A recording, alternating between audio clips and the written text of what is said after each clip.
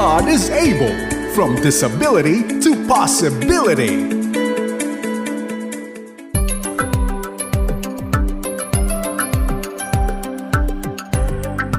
Kumusta po kayong lahat? Welcome po ulit dito sa ating programang God is Able. Maraming salamat po sa inyong pagtutok sa mga nakikinig sa radio, mga nanonood kayo sa YouTube channel ng 702 GTAS at maging sa Facebook Live.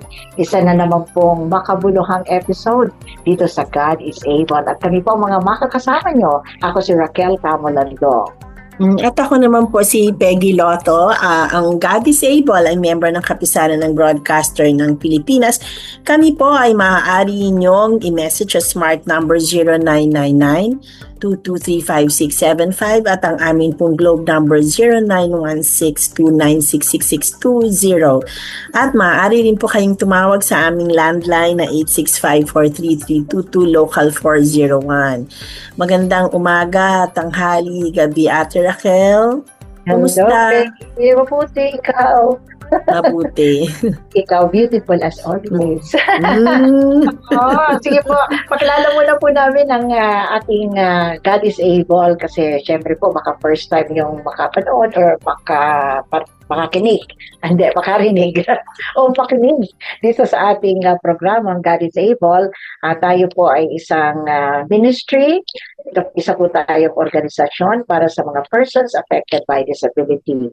Marami po tayong ginagawa, pero gusto lang po namin i-introduce sa inyo ang tatlo sa major na ginagawa ng God is Able. Unahin ko na po itong family camp. Nakakatuwa po kasi more than 240 plus na mga individuals, mga pamilya po ito at mga volunteers na nagsama-sama po noong first week of May sa Batangas para po sa ilang araw din na God is Able camp. At marami po ang na-refresh, marami po ang na-enlighten, naging aware, at higit sa lahat, na-release sa mga pasanin, kabigatan related sa disability. So yan po ang ating family camp. Sana po next year maka-join na kayo. At meron pa po, bukod dyan, meron kaming gift of mobility na nangyayari buwan-buwan sapagkat kami po ay pumapartner sa mga Christian churches na bakit nga ba siguro tinatanong na bakit kaya mga Christian churches lang at hindi yung iba dahil po kami ay faith-based organization at kami ay Christian na gusto namin ipamahagi ang pagpapabigay ng mga wheelchairs na gift of mobility po ang tawag namin doon. Wheelchairs, crutches, canes, and walkers po na dinadaan po namin sa mga simbahan sapagkat naniniwala po kami na hindi lang pagbibigay ng pisikal na pangangailangan. Kung hindi, syempre mahalaga na ang bawat isa po natin ay makakilala at magkaroon ng relasyon sa ating Panginoong Hesukristo. Yun po. At meron pa, Ate Raquel, ang isa pang malapit sa iyong puso. Malapit sa. Actually, yung guest natin, I think graduate din dito. Ito po yung tinatawag nating Building Lives Together. Dalawa po ang mukha nitong Building Lives Together. Ang una po ay yung mga conferences about any disability, mga awareness, and syempre para mas malalim-lalim yung pagkakaalam natin tungkol sa isang klase ng disability. So, pwede po yan, Building Lives Together. Pero meron isa po, yung isang course in partnership with the Asian Theological Seminary. And sabi ni Pastor Paulo Sanchez, graduate din ang guest natin ngayon. Kaya nakakatuwa po. Siguro mag-share siya ng impact naman sa kanya ng Building Lives Together. Siguro si Peggy ang mag-introduce sa ating guest ngayon kasi mas matagal na kayong magkakilala. Kasi matagal na siyang nag-volunteer. Siguro parang straight 3 years yata yung pag-volunteer niya sa God is Able.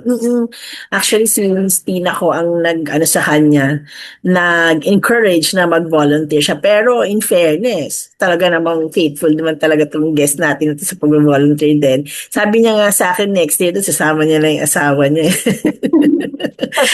kasi this year kasama niya anak niya. At saka, alam mo na, andun siya, parang gatekeeper siya nung mga panahon na yun. Nakakatuwa. At yun po, para po sa inyong kaalaman, siya po ay isang occupational therapist at meron din po siyang, isa rin po siyang owner ng isang clinic banda sa sa Quezon City. Siya na po yung Ah, bahala na kung ano man po yung masasabi niya about sa kanya pang ibang propesyon at kung bakit iting napili niyang propesyon at bakit siya nagvo-volunteer sa God Disabled. Ito po ay walang iba kundi si Joselle. Hi, Joselle. Hello po. Kumusta po hello. kayo? Ay, mabuti naman. Good to see you again, Giselle. Yes Giselle po, and mag-miracle. we. Tama ba? Yes Tama po. ba? Oo, oo. Siguro unahin natin, kasi fresh from the camp ka. First time mo ba na maisama yung iyong son? Itong last May, hindi po, second time. Ay, second time. Last year po yung first time niya. So this was second time na niya po. Oh, wow. Okay.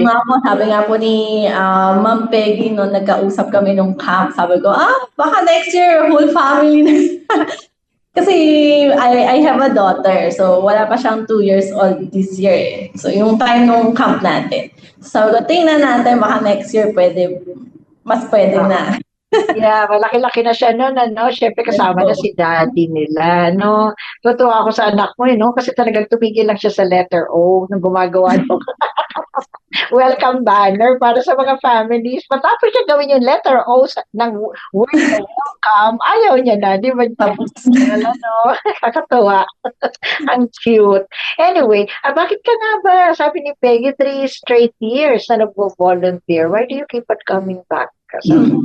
actually, third time, yung first ko, na-stop siya after nung first. So yung first ko, I was still single. Way back 2017 yun. So it was meaningful talaga. I attended many camps before. So na-share ko din kay Pastor Pao yun. Pero, and kay Pastor Christina, no? She's my mentor. And sa couples group po namin. So anyway, yung first time ko pong mag-attend, sabi ko, ay grabe. As in, heartwarming talaga sobra.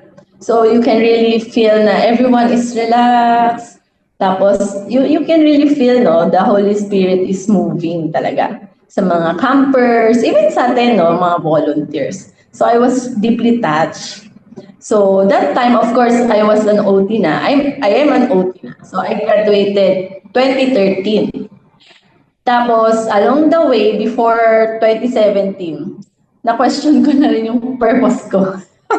So, bakit ba ako OT? Ano yung purpose ko bilang OT or generally sa life, no? What's my life purpose? So, I asked God nga. And God answered prayer, no? Answers prayer, pero hindi agad-agad. So, it takes time. It took time, no? How many months? And then, yun nga, na-encounter ko tong God Disabled Family Camp that year, that 2017. Sabi ko, na-curious ako. Sabi ko, ano meron dito? Siyempre, from the word pa lang, God is able. Tapos yung logo niyo pa po, siyempre may wheelchair. So, para sa mga families, di ba, affected with disabilities. So, sila naman ay, yun yung community ko kasi yun yung work ko, di ba? So, I help the kids with disabilities, no? To be independent, to improve their skills. Sabi ko, na-curious talaga ako. Curious ako, sige, try ko nga mag-volunteer. So, wala naman akong kasama, kakilala. So, talagang, sige, courage na lang, no? Bahala na si Lord, ganyan. Sige, attend ako. So, from the camp, grabe.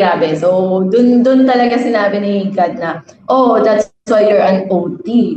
Kumbaga, syempre, these kids, di ba, and these families, we know that they are one of the unreached people group. So sabi ko, they are within my reach na di ba? So I'm helping these children, di ba? They are my students. So within my reach na. So why not use it, no? Yung profession ko para dun sa greater purpose, para sa kingdom ni Lord. So that's the first ko talaga. And then sabi ko nga, kung hindi lang nag-pandemic, and then I got married. My father kasi got sick, so na-stop siya. Tapos I got married, and then pandemic, tapos nanganak po ako, ganyan. So bumalik na lang ulit ako second time, last year. So 2025. And then si Jenny, my son, pwede na yung age niya kasi po 4 years old. O, sige, sama ko nga. So aside from kasi walang magbabantay, at dahil clingy po siya sa akin, sabi ng aking husband, isama mo na lang din yan si Jetty. Kayo na mag-camp kaming dalawa. So sige. So it turned out okay naman. Si Jetty ay at home. Talagang at home, no? Akala mo, kilala niya yung mga kids. Talagang, siya, comfortable. And then this year, sige, sama ulit tayo, join ulit. So sinama ko ulit si Jetty. Gustong-gusto niya actually. Sabi niya, camp, kailan tayo mag-camp? Tapos yung mga na-meet yung mga other kids, naalala niya, meron siya isang kalaro. Si ano ba, sasama ulit? Sabi ko, hindi ko sure. Tingnan natin kung nandyan. Ganyan. So naaalala niya. So, kumbaga parang core memory, diba? Talagang naging impactful sa kanya yung experience. So, eto na, yung last May, nag-camp ulit. So, masaya siya. Talagang masaya siya sa camp na itong family camp ni Goddess Able. So sabi ko nga, yearly looking forward, no? So sabi ko nga, ito yung camp na hindi ko imimiss. Kumbaga parang, talagang you really feel, no? Yung glimpse of heaven. Yung safe heaven din, no? Everyone is happy. Walang judgmental na mga tao. Everyone, you will understand each other. You feel understood, being understood. So, pare-pareho tayo bilang magulang, ganyan, or yung mga parents, di ba? Pare-pareho tayo may mga anak na may disabilities. So, di ba, yung vulnerabilities, di ba? You just have to let it out. So everyone will understand you and you will feel welcome. And you will be amazed, syempre, sa work ni God, work ni Holy Spirit. Galing Peggy, na nakatulong pala sa kanya yung family camp para magstay siya as an occupational therapist. Mas nakita mo yung purpose mo. At ngayon ba, iba na bang depth ang dating sa'yo ng pagiging OT? Now na mas na-expose ka sa family camp at syempre meron kang ng therapy center. Yes, si therapy center si Happy Twinklers. Happy Twinklers. Happy Twinklers. Actually 2 years na po, itong May. So, second year anniversary po namin. So, since then, nung na-realize ko or pina-realize ni God sa akin, sabi ko parang in the future, way back 2017, no? Sabi ko in the future, parang gusto ko din magkaroon ng own center. And then, syempre, kahit na let's say consultant po kami sa ibang center, syempre yung galaw namin or yung mga gusto namin gawin, hindi naman agad-agad pwede, di ba? So we have to ask permission, ganyan, to propose, etc. So sabi ko, next time na lang at the right timing ni Lord. No? So next time, kapag kunyari pwede na, may opportunity, ganyan, to have one of my own. Sabi ko, isa sa mga, yun nga, vision or purpose ng center is to reach out spiritually. Kasi parang sabi ko din nga sa mga parents, what's next? Kung kunyari graduate yung anak mo, ganyan, anong next, di ba? So, what I mean is, anong purpose din, di ba? Kahit na may disabilities tong mga children na to, may purpose pa rin. So, kailangan natin malaman, ano ang purpose ng anak mo, ganyan, ano bang gusto mong mangyari or na-envision sa kids mo, di ba? So, hindi naman pwedeng puros aral, academics, or mag-excel, or mag-improve na ng mga weaknesses. So, at the same time, sabi ko rin, hanapan din natin yung strengths. Kasi yun yung pwedeng magamit, di ba? God can use the strength as well para mas makita din ng mga ibang tao yung power ni God na, di ba? So for example, magaling siya sa music, sa art, di ba? Despite of having the disabilities, dun din makikita ng or marirealize ng other people na, kahit na may autism siya, di ba? Ang galing niya mag-arts, ang galing niya mag-play ng any music instruments, ang galing niya kumanta, etc. So, what I mean to say, each one of us may strength din. So, minsan kasi parang naisip na lang natin or most of the parents, teacher, ganito, ganyan siya, ito yung difficulties niya, gano'n. So, parang ako naman, let's have positive outlook din. Saan po ba siya magaling? Hanapan din natin siya ng positive traits or strength niya na ano yung mga kaya niyang gawin. And with that, syempre 2 years ago, nagkaroon ng opportunity. So sabi ko sa husband ko, parang this is the right timing, ganyan. And then isa sa mga parang gusto ko mangyari sa center is to reach out to these children. Yeah. Pero hindi naman po right away na meron na kaming program for let's say spirituality ng mga kids, no? To teach them about Bible stories or about God. So hindi muna. So sabi ko, wag muna, teka lang. So sabi ko, hey Lord, antayin ko pa ulit yung timing mo. So sabi ko, sige, kikilalanin ko muna yung community, yung mga parents. Tapos tingnan natin, no, sabi ko kay Lord, ihanda rin ako, no, kung kailan yung tamang timing sa pag-introduce ng any program about you or getting to know about God, no, for these children. So yun nga po, recently itong summer, sabi ko, parang right timing na. Tapos may mga other OTs din ako. So yung mga previous students ko, pinas on ko na sa kanila. Sabi ko, sige, Monday, available ako. So, I introduced nga Twinkling Stars for Jesus. So, it's like Sunday school. So, yun yung group, parang group name. So, Twinkling Stars, kasi Happy Twinklers yung name. So, Twinkling Stars for Jesus. So, wala naman po itong kapilitan. I messaged, may group chat po kami, so I messaged the parents, no, introduced to this program, so may other summer classes din kami, and then inintroduce ko din itong Twinkling Stars. Sabi ko, sige, kung sino lang naman willing. Hindi naman tayo for the quantity. So, kung sino willing, kung sino gustong parent na i-join yung kids nila, it's up to them. And then I just pray to God. Hindi naman ako for the quantity, so I have 2 classes, 3 to 4, tsaka 4 to 5. So, ayoko din na sobrang dami sa isang class. So, most of the time, nasa 4 students kami each class.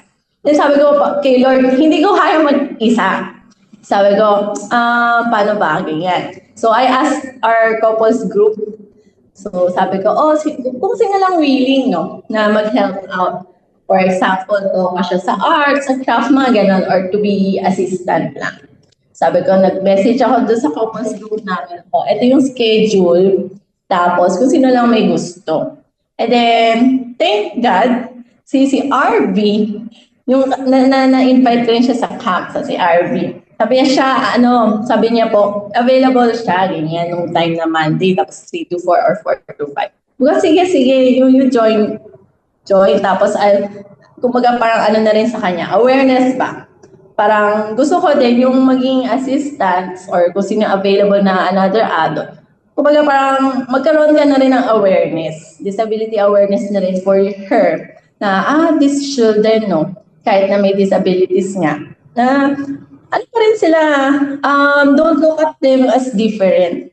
Kumbaga parang ganun. Huwag mong i-label na, may autism ka, ganyan. So parang, di ba, you don't need to, di ba? You also have to welcome them.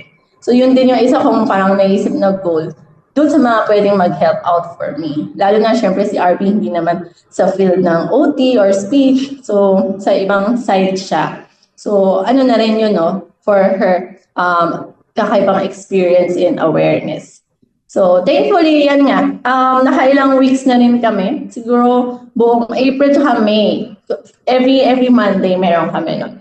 So, may mga nag-a-attend na nagte-therapy na. So, nagjo-join sila dito kay Twinkling Stars for Jesus. So, simple lang naman. So, ayoko din ng sobrang complicated na parang Bible study. So, just simple as, God loves you or Jesus loves you. God made us wonderfully and fearfully. We have all talents, mga ganon. So, I started out with the traits ni God. Tapos may mga simple Bible stories and craft. So, nakakatuwa kasi they keep coming, no? Tapos may isang parent sabi, teacher, tuloy pa ba natin? I mean, magpapasukan na po kasi, di ba? So, most of them, June 8 yung pasukan. Sabi ko, sige. Parang nakaka-touch, no? Parang may parent na gusto kahit na may pasok na. So, I didn't expect, di ba? I'm thinking nga, i-change ng weekend, ganyan, Saturday, para at least pwede pa sila mag-join, di ba? Kasi may pasok ng weekdays. Pero, yun nga sabi ko, Titingnan ko din, mami, kung okay ba yung Monday, tutuloy ba natin or i-change pa nga na Saturday na schedule. So sabi ko, okay lang yung schedule na Monday. So, or para sa kanila, kahit anong schedule nila, basta parang nakita nila na kailangan ng anak ko, parang gano'n, tuwang-tuwa or happy yung anak ko kapag nag-a-attend nga nung class namin, yung Twinkling Stars for Jesus. So, it's hindi naman expected na they see the difference or they can see sa anak nila yung impact nung class. And of course, syempre si God yung nag-move sa life ng mga kids na to. Giselle, meron akong tanong. Kasi kanina sabi mo, yung hindi sila nalilabel. Okay, so as a therapist and as person with disability and they are diagnosed, so how do you get away from labeling them? Kasi di ba parang, okay, so he has autism. So how do you really, kumbaga parang, pwede namang hindi i-label? So how do you make that awareness? Okay, so usually, sinasabi ko rin naman, for example, syempre, diagnosed naman sila, no? So, wala naman masama doon. So, we have to accept it. So, as parents din, it's a process, so it takes time. Pero at the end of the day, syempre, you have to accept. And na-diagnose din naman, so syempre, objectively, medically, diagnosed siya. So, hindi naman mali na sabi mo, or this boy may autism. Pero yun nga, shift ko siya in a positive outlook o kahit na let's say yung batang to kahit na may autism niya pero nako ang galing niya sa music yung parang gano'n. So hindi ka dapat mag-dwell lang doon sa diagnosis. Kumbaga parang let's practice to look further doon sa kid or to get to know the kid more, di ba? Na hindi lang nagtatapos yung identity niya doon sa diagnosis. Na parang hindi yun yung identity ng bata. Na ako may autism, yun na yung identity ko. So beyond that, syempre there's more. So yun yung continuity ng pag-explain ko or how I how do you explain it? How I let them know na kahit na may autism yan, di ba? May mga kakayahan din siyang gawin, magaling siya sa ganito, ganyan.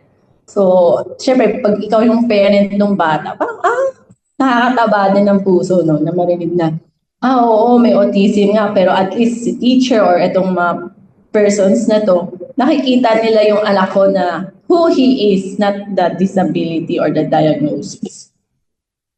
Bagay yung ganyan, Giselle, lalo na sa parents, nakatulad ko. Kasi yung hope na naibibigay, galing mismo sa inyo ng mga specialists, mga professionals tungkol dyan. As an OT, as an occupational therapist, ano ba ang pinaka-joy na naibibigay sa iyo nito? Ako, before, syempre, kailangan, kumaga na-pressure ako na, kailangan ma-improve ko ma-improve ko yung skills na itong mga students ko, ganyan. So parang, pressure ko yung sarili ko na, ano kaya mga pwede kong gawin, ganyan. Although, kasi syempre, work, diba? Tapos, hindi naman biro po yung therapy fee. Syempre, it's expensive, lalo na ngayon, compared before, cheaper. Pero, yun nga, syempre, ayoko din naman na, out of, syempre, pinaghirapan ng parents itong binabayad nila. So, I really have to do my best and makita yung result, di ba? So, pinapressure ko yung sarili ko na, kailangan ganito, ganyan, ganitong month, ganyan, makita ko yung improvement, etc. So, nakaka-pressure din bilang OT, no? Yun yung before. Now, sabi ko nga, right now, ang nagbibigay joy sa akin is, yung makita ng comfortable yung kids, yung alam mo may happiness or joy yung mukha niya, yung tipong gustong-gusto niya pumunta dito or parang gustong-gusto niya tong therapist na to. Parang may sila, relationship, no, may connection. So yun din yung important, no, bilang parent, di ba? Parang gusto mo makita rin na masaya yung anak mo kay teacher ganyan or kasi doon magi-start din yung grow Ayaw mo naman na parang sa pilitan, di ba? Parang pipilitin mo yung bata, ganito, ganyan gawin mo. Tapos yung iba, parang dadaan sa threatening, mga ganun, no? So we want them na voluntarily, no, may internal locus of motivation na siya mismo motivated siya na sumunod, gawin yung mga pinapagawa namin, tapos happy. Kaya po happy twinklers. I want everyone to be happy, no? Na even din yung mga colleagues ko, no, na wag kayo din masyadong ma-pressure, di ba? Na everyone will be happy and just to be together, no, yung masaya kayo sa isa't isa. So, doon mo makita yung growth din. Kasi ayaw mo naman na, ay, ang lungkot or laging galit na lang, parang gano'n, or nakapipilitan sumunod. So, I don't want that. Tama naman, there should be fun in the workplace. At saka hindi. Kasi parang yung mga bata pa rin yan eh. Kasi no matter what, no, di ba, Josel, ewan ko kung tama ako, na parang take it as parang nakikipaglaro ka din sa kanila at the same time. Kasi it doesn't have to be porke may diagnosis na parang serious. Is serious ka rin. Diba? So, tingin mo, ikaw, how do you approach yung mga, kunyari, minsan, diba, merong mga parents na they want it na parang, no, you have to take it seriously kasi may son is ganito, diba? So, paano mo na-explain na parang, ma'am, kailangan din nila ng ganito? How do you, kumbaga parang maipakita na may pagbabago, pero at the same time na dapat parang nadadaan din siya sa malumanay na paraan na parang hindi mo pwedeng i-force. Ayun. So, lalo na kapag early intervention, so yung mga kids na younger age, let's say 2 to 5.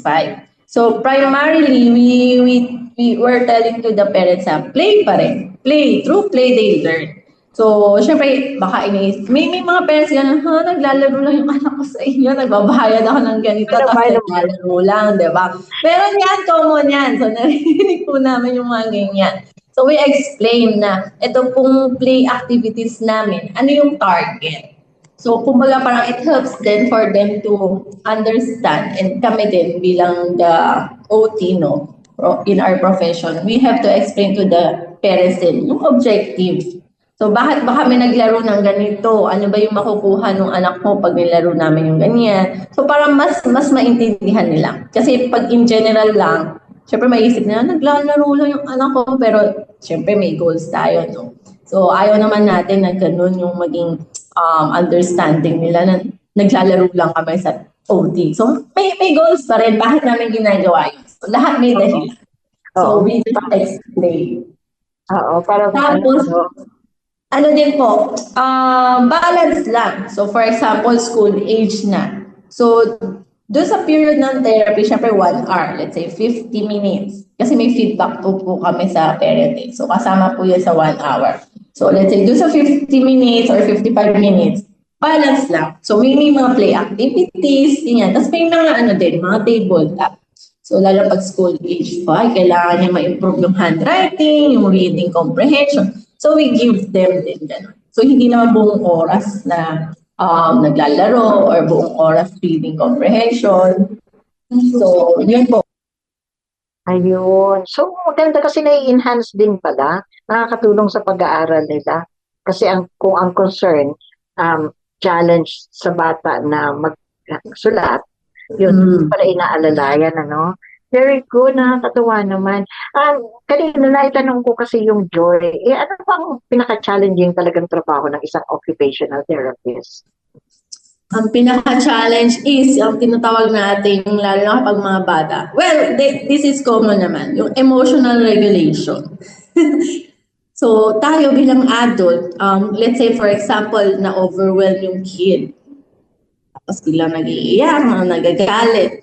So, syempre tayo, let's say, last kid mo na, 8 kid ka na. So, parang stress ka na din bilang OT. Tapos yung huling kid mo, ganun pa yung naging behavior, no? Syempre, hindi naman natin control yun. So, syempre, yun yung pinaka-challenge.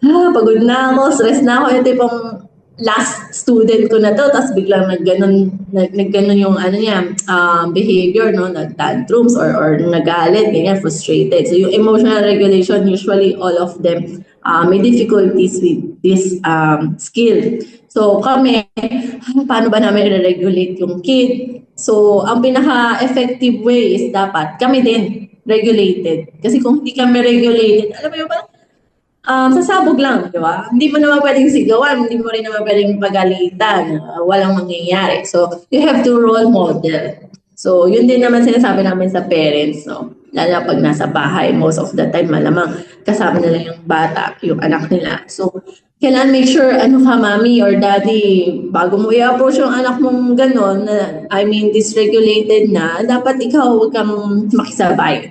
So, yun yung pinaka-challenge. Siyempre, nandun na yung emotional, aspect, no? Mental, mo pa. So, ang hirap. So, kailangan well-regulated ka para ma-regulate mo yung kid. Kasi most of them, mga batang may autism or even with ADHD, with handling their emotions, very challenging for them.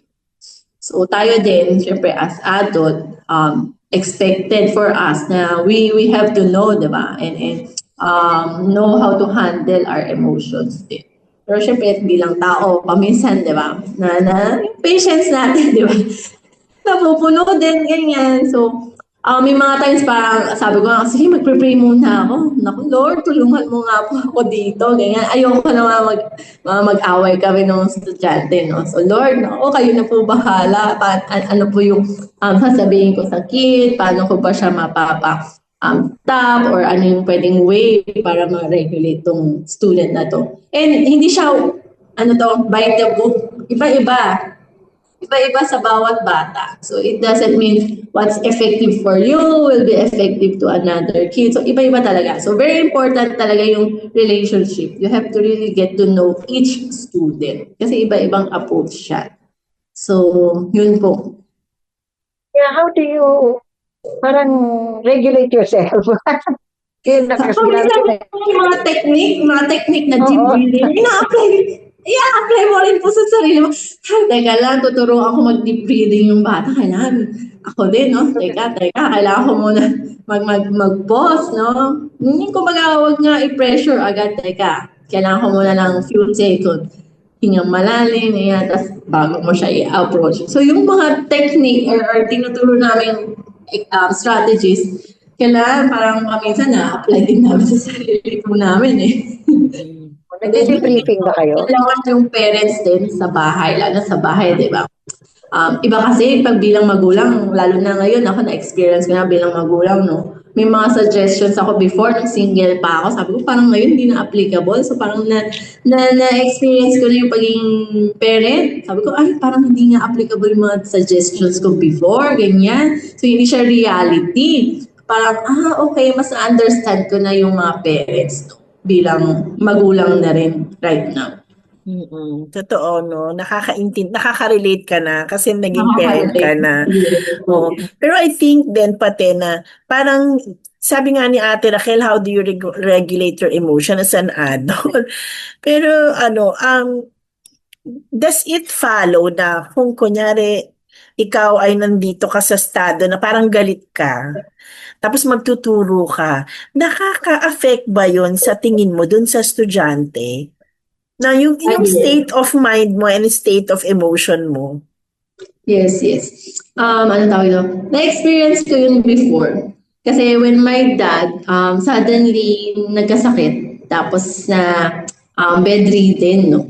Tapos wala naman po kaming ka-help ng mom ko. My sister nasa abroad working. And married na rin that time. Sabi ko, ang hirap. Parang ang bigat nung baggage, di ba? Tapos nag-work ako, parang wala lang.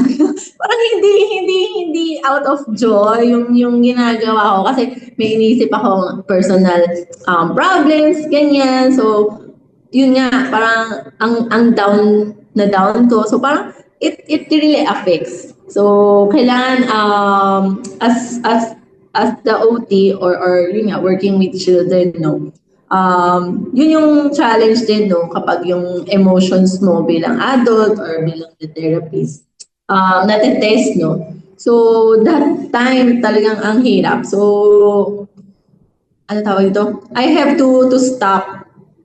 So, nagpaalam ako. So, sabi ko, hindi kaya. Kasi ang dami ko nga pong iniisip. Tapos, kailangan ko nga tulungan din yung mom ko with my dad. So kaming dalawa lang, etc. So I stopped working for a year.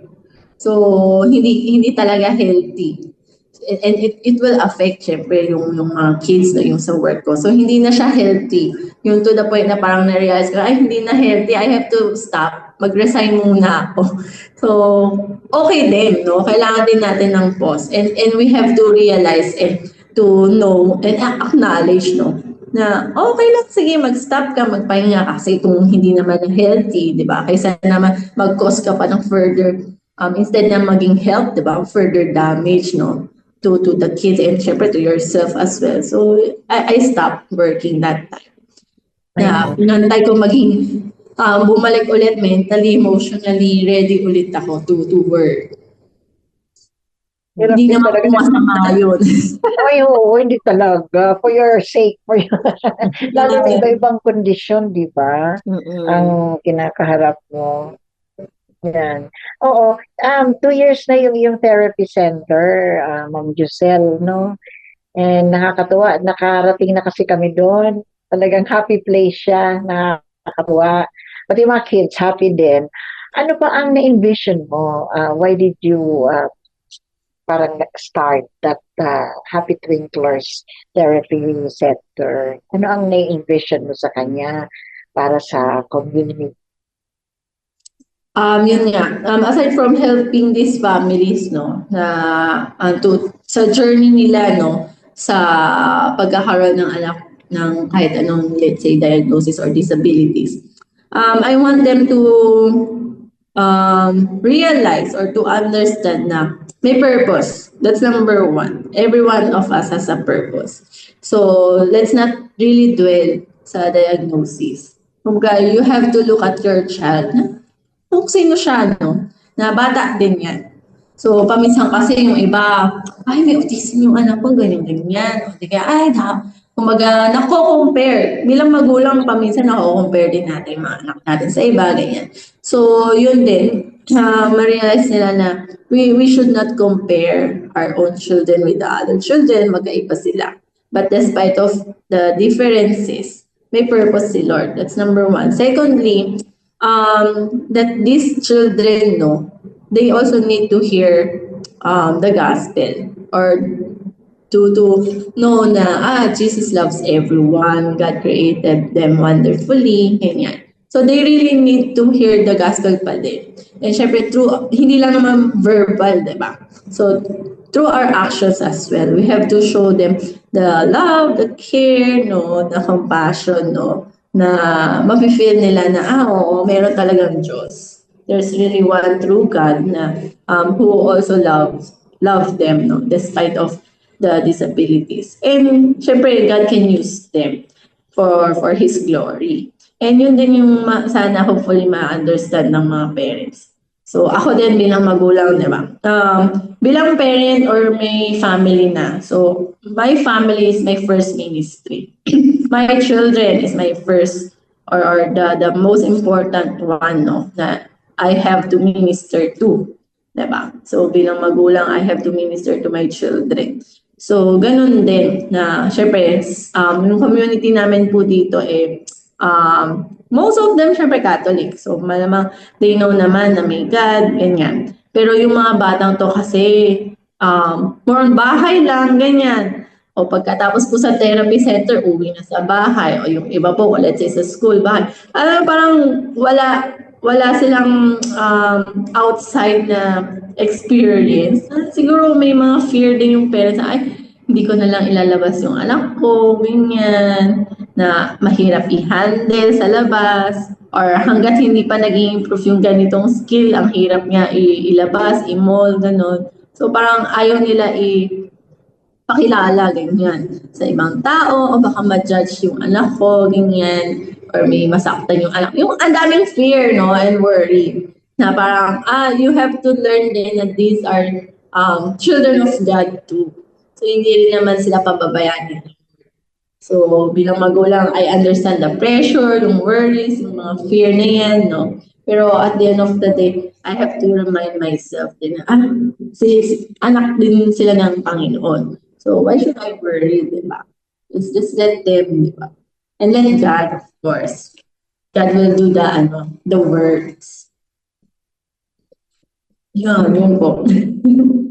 Yun, si Jedy napaka-smart yung anak mo, no? Nagtanong, nagtanong na ba siya na, Mommy, why are they like that? Yung mga children with special needs. Actually, na-expose si Jedy as early as 2 years old. So, nung bumalik na po ako sa work, way back like 2023. 2024 po kami nag-put up ng center. So, 2023, nag-work ako. Tapos yun nga po, wala po ulit magbabantay. So, sabi ko, doon sa owner or doon sa admin, pwede ko ba isama si Jedy? Basta dyan lang siya maglalaro. Tapos pwede niyang kalaroin yung student ko that time. So, happy naman siya basta may mga toys. And then, wala naman siyang question. Basta pag sinabi ko, you want to play with him, ganyan. So, kapag gusto niya, sige. Pag ayaw niya, okay lang, hindi ko naman po pipilitin. Tapos, nandito na kami sa center. So, around, na siya po nun? 3 plus. Meron siya mga nakakalaro. Tapos, kapag kailangan na umuwi ng kid, sabi, Mami, I don't want him to go home pa. Ganyan, gusto pa niyang kalaro itong kid. Yung itong kid, syempre, may autism. Tapos, hindi ganun ka-verbal. So, hindi naman ganun ka nagsasalita or hindi naman din siya kinakausap. Ganun. Pero alam mo, may connection sila na parang gusto niya kalaro tong kid na to. Yung simple as basta may slide tsaka car, mga ganyan. So, happy sila together, ganyan. So, kumbaga, itong kid naman na to, wala rin namang kalaro. So, parang, wow, nakikipaglaro ka kay Jedy, di ba? So, kumbaga, opportunity na rin itong place na to build friendship, no? Na, playmates kayo, pwede kayo maging friends, ganyan. So, may mga ganun lang. And then si Jedy, wala pa naman po siyang tanong na parang, bakit hindi siya nakakapagsalita?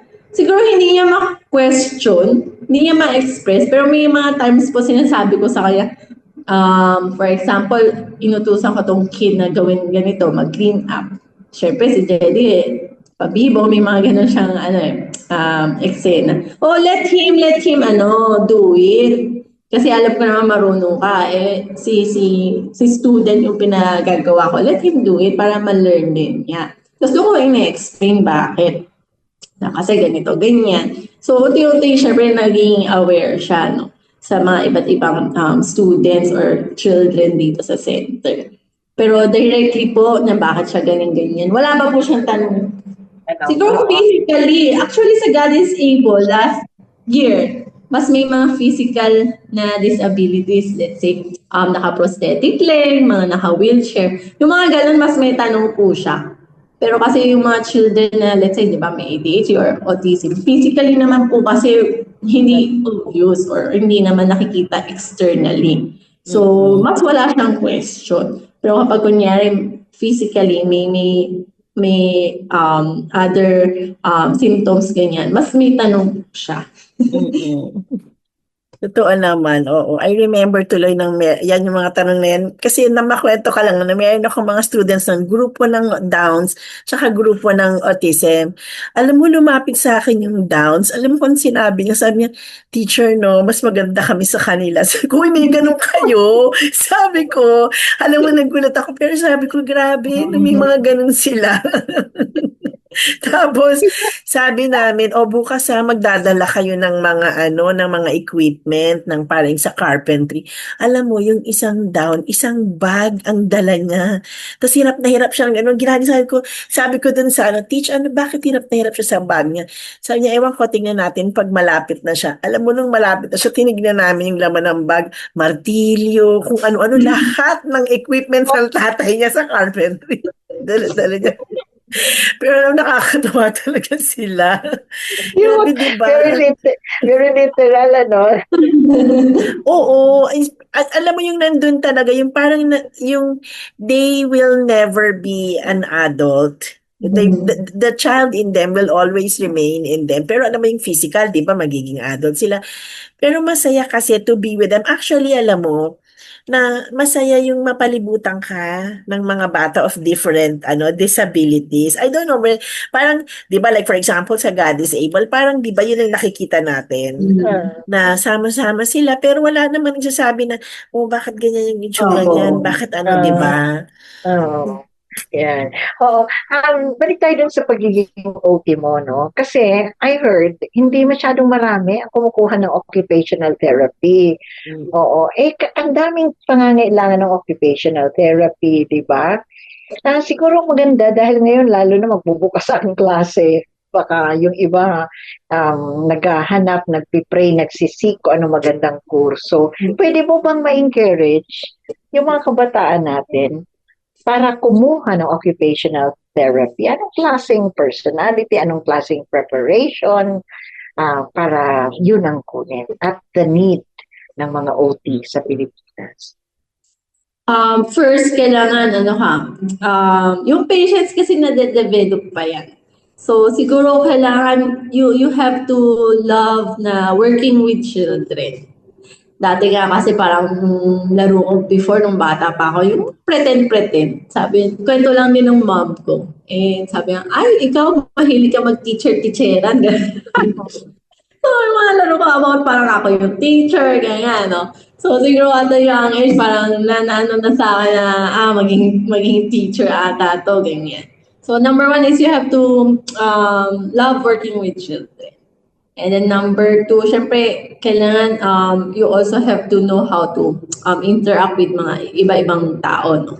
So, hindi lang naman bata yung I'm working with, of course, I'm working with the parents, di ba? Kailangan yung communication ba? Kailangan din marunong. And actually, na-improve naman siya. So, hindi ka naman dapat matakot, no? And next is, yun nga, you have to look at the need din ng community. Kasi ako that time, before ako mag-OT, sabi ko sa sarili ko, gusto kong aralin yung kakaiba. Yung, kumbaga parang gusto kong maiba ako. Hindi siya common. Yun yung something na hindi common. Yun yung parang sa mindset ko. So yung mga nursing, ganyan, yun yung panahon na uso sa batch ko. Ang dami kumuha lang nursing, mga ganyan, kasi nga abroad. Sabi ko, ayoko na, marami na kayo dyan, makikisiksik pa ako, gano'n. Or mga accountancy, mga business, mga ganyan. Sabi ko, so kakaiba, ano ba yung pwede? Syempre at the same time, you have to know your strength. So kung hindi mo naman talaga strength yung science or mag-memorize, kasi sa course namin talaga may mga mini-memorize po. So, and it's a medical field, no? Pwede siyang pre-med. So, pwede, ito yung kunin mo para magtuloy ka bilang doctor. Yes. So, yun din, you have to consider your capabilities. Baka naman di mo naman talaga gusto ng science na field. Wag na lang, di ba? Ang hirap naman. O, di ka, most of the time, when I ask other colleagues, no, paano napunta din sa OT, ganyan. Kasi yung tita ko nag-introduce, o di kaya, kasi mayroong family member na may disability. Usually, yun ang mga reason. So, ako naman, dahil ate ko ang nag-introduce and my sister is a PT, so, siya talaga ang nagsabi sa akin kung ano yung OT, gano'n. So, sabi ko, nakakaiba nga. Pasok sa criteria ko, nakakaiba. Sige nga, masubukan ko nga. Tapos yung nandun na ako sa college, first year pa lang, may mga, may mga kailangan ng aralin na anatomy or something. Hala, ano ba itong pinasok ko? Parang nagkamali ata ako. Sobrang mahirap talaga siya. So you have to prepare yourself din. And most of all, syempre, as you study this course, no, hindi pwede mawala si Lord. Naku, Lord! Kailangan niyo po akong tulungan. Talagang kailangan may mga prayers talaga. So, hindi ito para sa mga mahihina ang loob. and of course, you have to surrender then on everything kay Lord. Kasi, how big is the need for OT in the Philippines? How big is the need for OT? How big is the need? Oo. Sa Philippines. Sabi nga, di ba, may verse na the workers are few, no? Madaming needs, the supplies, ganyan, but the workers are few. Ganun din talaga, sobrang, kumbaga parang in every classroom, merong mga batang with disability. Unlike yung time ko po. I have a batchmate, hindi, actually two. Meron akong two batchmates na hindi ko sure kung na-diagnose kasi yung panahon ko parang hindi naman ba uso, di ba, yung mga OT ganyan or speech. So, pero makikitaan mo may difference. Meron akong dalawang batchmates na kakaiba, ganyan. So, dalawa lang sa batch namin. Ilan po kami? 150. So, pero ngayon, when you visit, ganyan, or when you ask around mga schools, marami silang masasabi, parang every class, every classroom, every level. So, dumadami siya. So, one is, siguro may nag-ask niya po sa akin, parang, bakit, ano ba yun sa tingin ko daw po? Dumadami ba sila or dahil nga open na yung society kaya nagsisilabasan na ganyan. Sabi ko, possible two reason. Pwedeng dumadami plus open na kasi 'di ba yung society natin for the awareness ganyan. Pero I might say na factor din na dumadami talaga sila. Yeah, okay, Becky. Naku, malapit na tayo. Magtatapos sa ating episode. Oo, we had so much, no? Sana meron pa tayong marami pang tanong. Kaya lang, alam mo naman, we're very limited in time. Pero Giselle, one final, how do you encourage our hearers and our viewers na mga kabataan, yung ngayon na parang ano ba yung gusto nilang kuhanin na kurso? Ako siguro, you have to take this course not because you want pero hindi biro ano tawag ito, pag nag-abroad ka, syempre yun yung isa mo sa ilulook at mo, no? In need din naman sa abroad. So syempre in terms of financial, marami din nag-abroad nga na OT or speech, no, from Philippines pupunta sa ibang country. So, hindi naman natin sila masisisi, di ba? Siyempre, they are in need naman din to have a better income or sa financial status nila, ganyan. Pero, yun nga, as I said, you have to really have the heart din to serve other people. And in your nation, no? Yes, yung course kasi namin is service talaga. So, hindi ka naman pwedeng, nag-work ka lang na tapos iniisip mo pera, sweldo, ganyan, or PF, ganyan. Kasi sa totoo lang, dito sa Pilipinas, no? Kaya you have to love the nation itself para makasilbi ka sa iyong bansa. Tapos, it applies din, no? Sabi nga, di ba? You have to love your neighbor as yourself. So, you have to really love him. Kahit na may mga kids, syempre, may mga times they are difficult to handle, ganyan. So, you really have to love them pa din, kahit na may ganong situations or exam na. Yan. Alam mo, Giselle, as a parent of a person with autism, si Toy, affirm lang kita at yung mga iba pang OT, katulad ni Diana, daughter ni Meg. Grabe ang role ng OT sa buhay namin, sa buhay ni Toy. Imagine mo, OT lang ang natatras ni Toy noong mga panahon na yun. Actually, oo. Ganun ang role talaga ng, sabi ko nga, di kami dumaan sa OT si Toy, bakit hindi namin siguro natutunang i-handle si Toy. Ganun po kahalaga ang mga occupational therapists natin. Kaya pasalamatan natin ang Diyos sa kanila talaga. Yan siguro, Peggy, may mga parents na hindi pa naiintindihan ang role ng OT. Ako, please, please. So, yes, so Peggy siguro mag-encourage kasi my daughter siya. OT din, oo. Para po sa mga magulang, no, na nagpapaaral ng OT, mapalad kayo at pinilagay niyo yung mga anak doon. At para sa mga OT, nag-graduate, no, mapalad kayo na kung ano man yung makahihinat na, naku, you are the second. Actually, you're the second mom of these children with special needs. Kasi talagang napaka-importante yung impartation and values na na pwedeng ibigay ng isang OT or speech therapist. Napaka-importante sa mga batang ito na nangangailangan ng inyong tulong on the onset of their diagnose. Yes, kaya kung ano man si Toy ngayon, napakalaki. Hindi kami yon eh. Apart from God, hindi lang kami mag-asawa yon.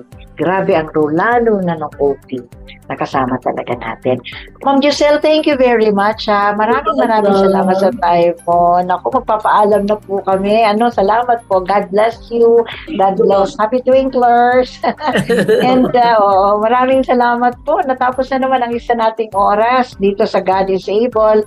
Ito po ay ating serbisyong PWD. Maraming salamat po sa inyong pakikinig sa radyo, mga kaagapay, sa inyong panonood sa ating mga social media platforms. Hanggang sa susunod po. Ako po si Raquel Camonando.